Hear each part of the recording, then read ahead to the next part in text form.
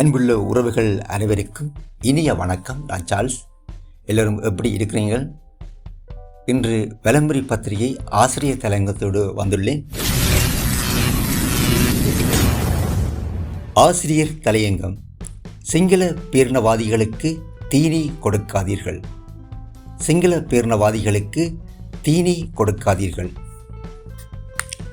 நாட்டில் ஏற்பட்ட அரசியல் மாற்றம் என்பது சிங்கள மக்களிடம் ஏற்பட்ட மன மாற்றம் என்பதை நாம் ஐயம் தெளிவுற புரிந்து கொள்ள வேண்டும். ஆம், மஹிந்த ராஜபக்ச தரப்பை சிங்கள மக்கள் ஓட துரத்தியதுக்கு தமிழ் மக்களாகிய நாம் என்றும் நன்றியுடையவர்களாக இருக்க வேண்டும். எங்கள் இனத்தை அழித்தவர்களை எங்கள் கண் முன்னாகவே சிங்கள மக்கள் ஓடத் துரத்தினர். இதை நாம் ஒருபோதும் மறந்துவிடலாகாது. உண்மை, 2022 ஆண்டு தென்பகுதியில் நடந்த அரகல போராட்டம் தனித்து மஹிந்த ராஜபக்ச தரப்புக்கு மட்டும் எதிரானதன்று. மாறாக இந்த நாட்டில் யாரெல்லாம் இனவாதத்தை தூண்டி தமிழ் மக்களுக்கு எதிராக வஞ்சம் தீர்த்தார்களோ அவர்களையும் விரட்டியடிப்பதாக அரகல போராட்டம் அமைந்திருந்தது. மேற்படி அரகல போராட்டம் குறித்து அரசியல் விமர்சகர்கள் பலவாறாக தமது கருத்தியலை முன்வைக்கலாம். ஆனால் தமிழர்களாகிய எங்களை பொறுத்தவரை அரகல போராட்டம் என்பது தமிழ் மக்களுக்கு அட்டூழியம் செய்த சிங்கள பேரினவாதிகளுக்கு எதிரானது என்பதுதான் உண்மை. இதற்கு சான்றாதாரமாக பலவற்றை குறித்துரைக்கலாம்.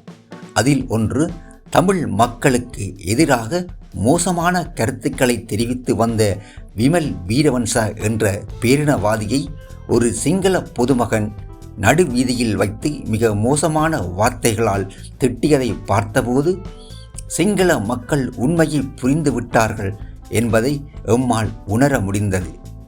தவிர அரசியல் மாற்றம் என்பது தனித்து சிங்கள பேரினவாத ஆட்சியாளர்களை பதவி இறக்கம் செய்தது மட்டுமல்ல, சிங்கள பேரினவாதிகளை வாய் திறக்காமல் செய்ததும் ஆட்சி மாற்றத்தினூடாகவே சாத்தியமாயிற்று. ஆம், எந்நாளும் பாராளுமன்றத்தில் தமிழ் மக்களுக்கு எதிராக துவேஷத்தை தூண்டும் வகையில் உரையாற்றுகின்ற சரத் வீரசேகராவை சிங்கள மக்கள் தோற்கடித்தனர். சரத் வீரசேகராவுக்கு சிங்கள மக்கள் வழங்கிய இந்த தீர்ப்பு என்பது இனவாதத்தை தூண்டுகின்ற பிரகிருதியே இனி நீ வாய் திறக்கக்கூடாது என்பதாக பொருள்படும். இவ்வாறு சிங்கள மக்களிடம் ஏற்பட்ட மன மாற்றம் இந்த நாட்டின் ஆட்சி பீடத்தில் அனுரகுமார திசைநாயக்கா தலைமையிலான அரசாங்கத்தை அமர்த்தியது. அனுர அரசாங்கம் தமிழ் மக்களுக்கு என்ன தரும் என்பதற்கு அப்பால் ஊழல் ஒழிப்பு, நேர்மையான அரச நிர்வாகம், அரசியல் செல்வாக்குக்கு முற்றுப்புள்ளி வைத்தல் என்றவாறு நல்லவை நடக்கும் என்ற நம்பிக்கையை தந்துள்ளது.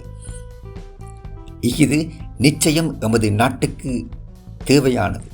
எனவே இந்த நேரத்தில் தையிட்டி விகாரையை உடைப்போம் என நாங்கள் கூறினால் அஃது அங்கு முடங்கி கிடக்கின்ற சிங்கள பேரினவாதிகளுக்கு தீனி போடுவதாக ஆகிவிடும். அத்தோடு இந்த நாட்டில் அமைதி நிலவ வேண்டும் என்று நினைக்கின்ற சிங்கள மக்களின் முயற்சியையும் அது பாழாக்கிவிடும். இதை நாம் புரிந்து கொண்டு செயற்பட வேண்டும். நன்றி. வலம்புரி.